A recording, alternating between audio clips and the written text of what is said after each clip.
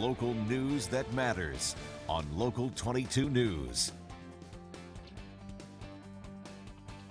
At this place in history, we're in Northfield with Executive Director of the Vermont Historical Society, Steve Perkins. Steve, we're going back to school today. We are on the campus of beautiful Norwich University right here in Northfield.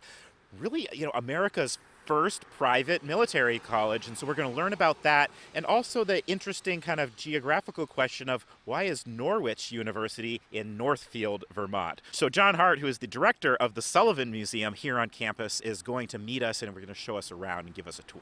So John, right off the bat, why do we have a Norwich University in Northfield and not in Norwich? Sure. So in 1866, in the spring, as is most the case in Vermont, Norwich was heating the building with wood stoves, and the belief is that an ember from the wood stove kicked up and it actually burned the building to the ground.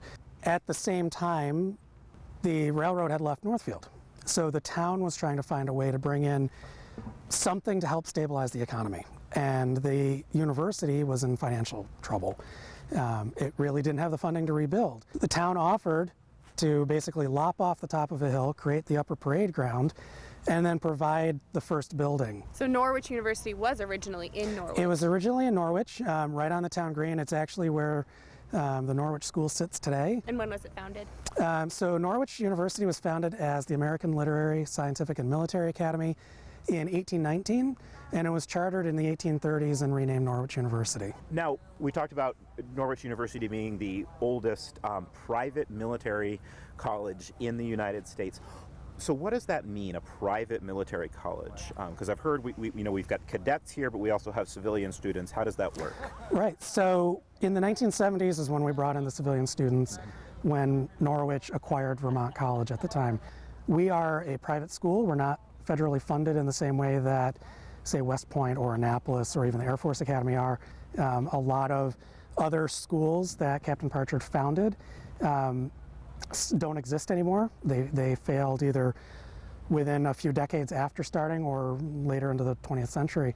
But we remain, which is really amazing. Why do you think Norwich has had the staying power?